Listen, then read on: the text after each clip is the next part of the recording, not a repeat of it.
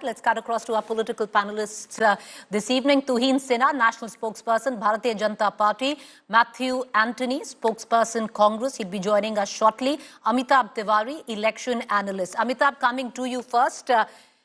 75 seats where the BJP squares off with the Congress. What, according to you, could be the implication and the importance of these 75 seats, keeping in mind, Amitabh, that in 2019 of the 66 seats, the BJP facing off with the Congress could only manage 16. Yeah, however, if you see the 2024 Lok Sabha elections, there were 90 seats where BJP and Congress fought against each other, and Congress won 52 and BJP 38. So that's the latest base, you can say.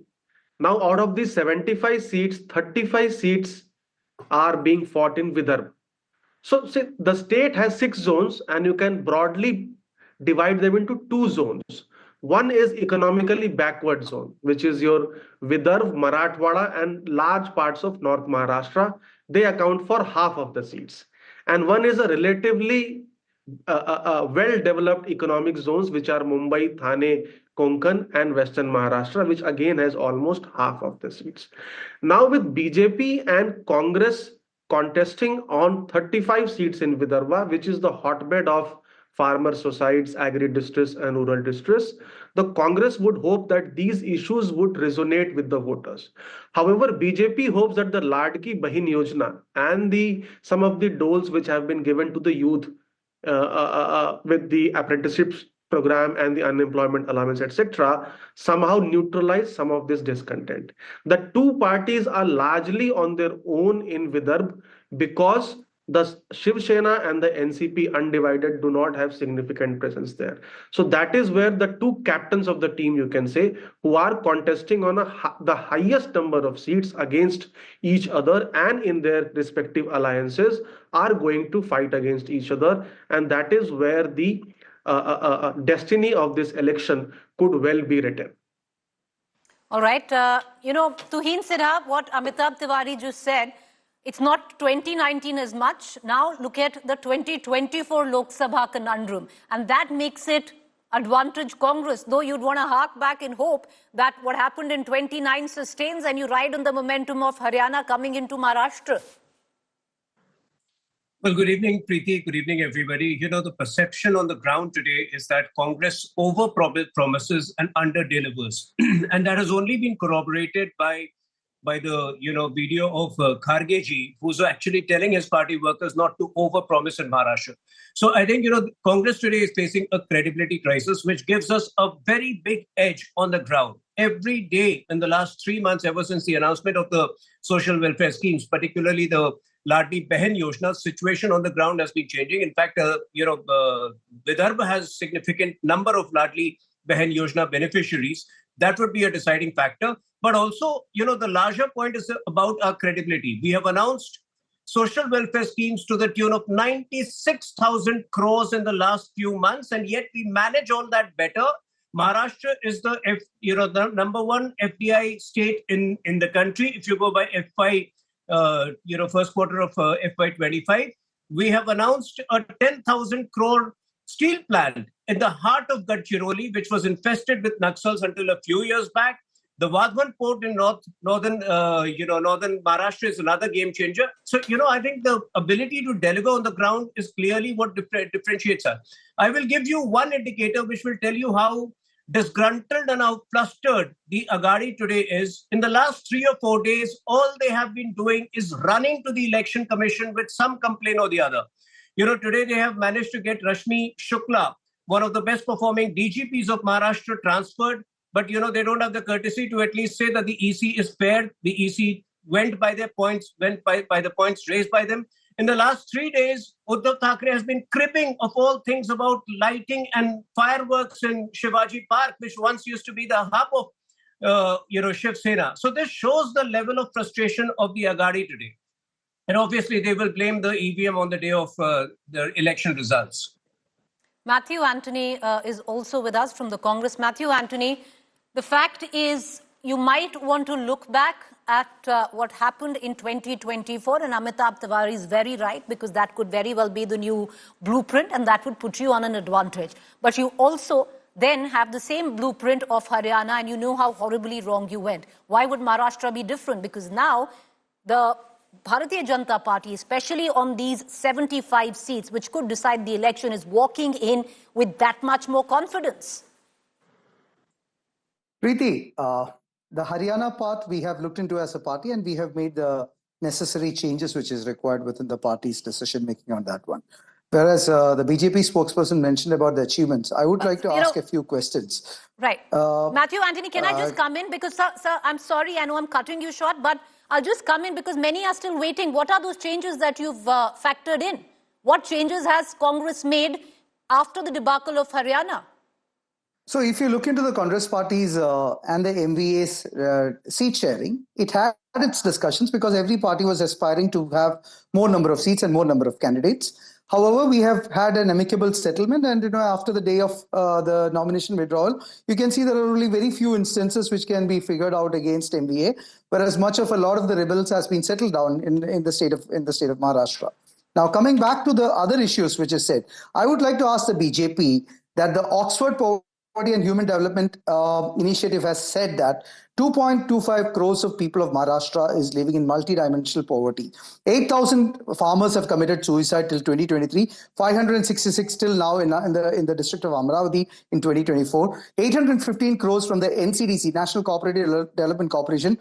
A loan has been given with the Maharashtra state government with the ruling for something or the other. Now, you also see that 800 crores has also been given for beautification of Mumbai city, which has all been given without tenders to a large part of the people. Now, a lot of industries from Maharashtra and Mumbai has been taken out. The gift city was given to Gujarat, whereas, it is not given to Mumbai, which is the largest financial capital of the country. Now, where are these kind of, the law and order of the state is completely collapsed. 4 lawmakers have used firearms and 2 former lawmakers have been killed, and one from the ruling alliance. Baba Siddiqui was brought in daylight. A ruling alliance party member. Such a kind of situation is existing in Maharashtra. Okay. What gives BJP and the Mahayuti a confidence? Because the local Maharashtrian people are really looking to kind of give a reply for backstabbing 2 local parties by the BJP. But Matthew, Anthony, I'll come back to you because the fact is, what I asked you was what changes were affected maybe in Haryana to learn a lesson. But, that aside, but the fact, many would of the voters who actually support the Congress will come out and say that you have factored in and you have chronicled everything that possibly is wrong in the state of Maharashtra, nothing that is right in the Congress to take on and leverage what you see is going wrong. Anyway, I'm going to come right back. I'm going to come right back on that question. Mr. Anthony, I'm coming right back on the question and I'll give you a chance to answer it. I want to bring in Amitabh Tiwari back. Amitabh Tiwari, one, of course, is going to be the direct fights, especially in Vidarbha, Marathwada, where the BJP faces off with the Congress. The other one, where everybody is watching very keenly, Amitabh, is the fact of independents and rebels. The last day of taking back nominations is over, Amitabh, which was the 4th. Now what? Because there are some that have been settled. There are many still in the fray. Therefore, as what many say, it's not about anything else but management. Who can manage this election better, Amitabh? Yeah, so essentially some 11,000 people had filed nominations, 3,000 have withdrawn, and almost 2,000 were rejected. So there are still, as of now, 6,000 candidates in fray, which means 20 plus candidates per seat. This comparative number was 11 per seat in 2019. So that's the high number of individuals, smaller parties, independents and rebels which are contesting. Now, Maharashtra always has had a tradition of voting for smaller parties and independents, around 25% vote share and 25 to 30 seats.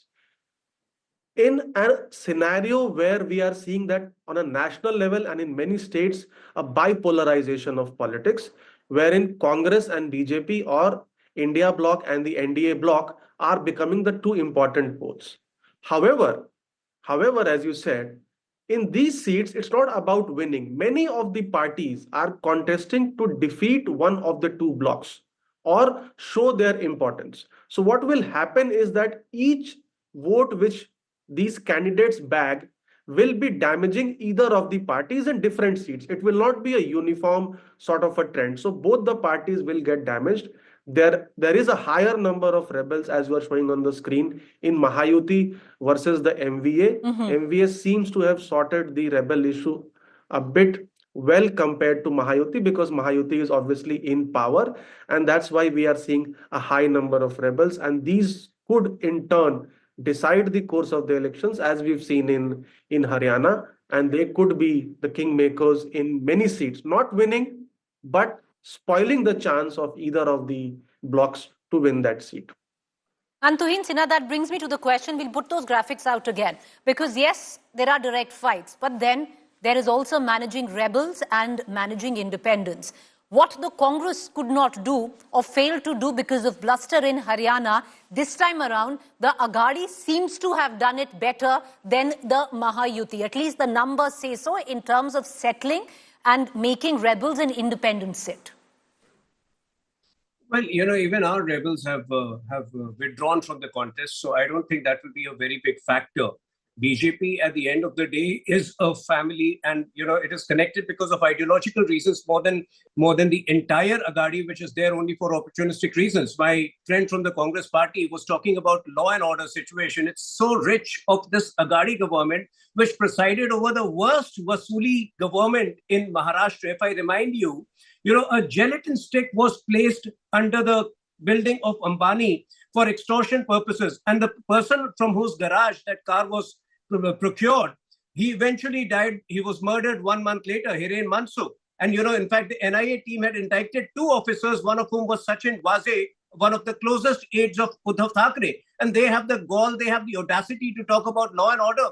So, people of Maharashtra have seen how they performed in the 2.5 years when they were in government, how we had a stay-at-home chief minister who would never be available to his own people, the very reason why a part of his party had to break away. And mind you, I'm sticking my neck out today. The mood, because the media has failed to get most of the elections right in the last 1 year. I'm saying it with a lot of conviction that the mood on the ground had changed a month or 2 back. Today, we are heading towards, something like 170 to 180 seat. It could be higher. All right, 170 to 180 seats, it could be higher. Well, that's a high count. But Mr. Antony, let me flip that question, for you, where you look at rebels. Yes, you've been able to, make the rebels sit down. The mahal, you say, is in your favor. Tuhin Sinha says, mahal badal gaya hai. But Mr. Antony, it's less about mahal and more about management, sir. And management, the BJP's done it better. Preeti, I don't want to comment on the number of seats which BJP is claiming. Let's wait till the 23rd of November to see who's going to rule the state of Maharashtra. It is so deplorable to see the BJP spokesperson saying about Sachin Vaz. When he acted, Sachin Vaz acted independently on his own, and he has only stories to say. I have got factual information of Baba Siddiqui being shot dead of an alliance partner from the BJP and the Mahayuti government, from a gangster who is hiding in Gujarat jail, protected in Gujarat jail, and you have Nawab Malik, who's been kind of alleged to have links with Dawood Ibrahim gang, contesting under the Mahayuti. It is so shameful for the BJP person to speak like this without having any substantial proof or evidence against anybody, for that matter, just by a police officer acting independently on his own. We don't own up, the police officers. We said, no, let the law take its course. Is the courage there in the BJP to say that, let the law take its own course, when there is somebody who's claiming it is not about that. We're talking about who will manage this election better. What is it that the Maha Vikas Aghadi has? I was giving a rebuttal to Tuhin. Make your point. Then now I'm making the point that you have seen that, from the Haryana's lessons which we have learned, we have managed the rebels much better than the Haryana this time. So you will see the management, that it is not something for us to discuss about the management and the strategy in the national media. You will wait and see on the 23rd of this month on how we are managing this election and how we are winning this election in the 2024 Maharashtra Assembly, where Maha Vikas Aghadi will be forming the government and ruling the state of Maharashtra for the people of Maharashtra. And we don't want the GDP of Maharashtra to go down from 15.2 to a 13.3. We want the state of Maharashtra to grow. And it is all the developments in the state of Maharashtra, starting from the airports, from the Rajiv Gandhi ceiling. Everything has started during the Congress time. BJP has only changed the names. Nothing is there to their credit. That's exactly what they have done. And they have done inauguration of half-completed, partially completed projects, which is creating a lot of accidents and other things also. So let us see, let the people of Maharashtra vote to their conscience. And if they vote to their conscience, it is the MVA which is going to form the government in 2024 November. All right. Well, let's not question the conscience. Even if somebody's conscience wants to vote for the Mahayuti, the conscience could be in place, Mr. Anthony. It's about who they choose. But Amitabh Tiwari, okay, Tuhin Sinha, you want to rebuttal quickly, sir? I just wanted to point out, this shows how nervous the Agadi is. They're already saying if people vote through their conscience, are they already saying that people are unscrupulous when they vote for the BJP? Okay. I mean, this is the attitude of the okay, Agadi. Mr. Anthony, please respond to that. Because the state has got its own issues for the people to understand why they should vote for the MVA. They are already running to the election commission with all kinds of frivolous complaints. And allow him to answer. They won't expect people to vote through their Mr. Anthony, Ashish Shelar, do you have an answer to say that Ashish Shelar has not disclosed his real estate company and sports company in his election affidavit, in his nomination? We questioned it. And we are going to take it up to the court. Ashish Shelar, who is the Bandra West MLA, as well as, the Mumbai... You're most free to take it up to the court. I'm going to bring in, for a final word, I want to bring in Amitabh Tiwari. Amitabh Tiwari, it's going to be a question that at least on this show you'd be asked multiple times because things change very, very quickly and it's still a long way to go to the 20th of November. But the three X factors that you're looking at that could define this election. See, one is, of course, the Ladki Bahin Yojana is an X factor because we've seen in other states that cash transfer schemes do tend to tilt the vote in favor of the incumbent government. The next will be micromanagement because it's not only about rebel candidates. On each seat, there are three contenders, both from MVA and Mahayuti, and two people have not got tickets. So there will be internal sabotage and vote transfer from one partner to another partner is going to be key. Whichever party does the best vote transfer without minimum leakages could have an upper hand. And the third, of course, will be the performance of other smaller parties, independents and rebels, and which parties or alliances they damage more on an overall or a net basis. Well, Tuhin Sinha, on the issue of vote transfer, the Mahayuti got burnt where the Ajit Pawar NCP was concerned because the vote transfer didn't happen as expected. No, the 2024 Lok Sabha elections were an exception. They managed to spread the canard that the constitution was in danger, and one lie, they will not be able to succeed with that lie again. We have a brilliant, cohesive, alliance, and the vote transfer will very much happen this time.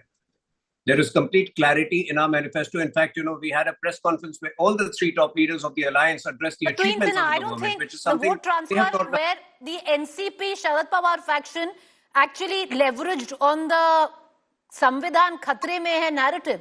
It actually leveraged on the fact that many thought this was an inorganic alliance.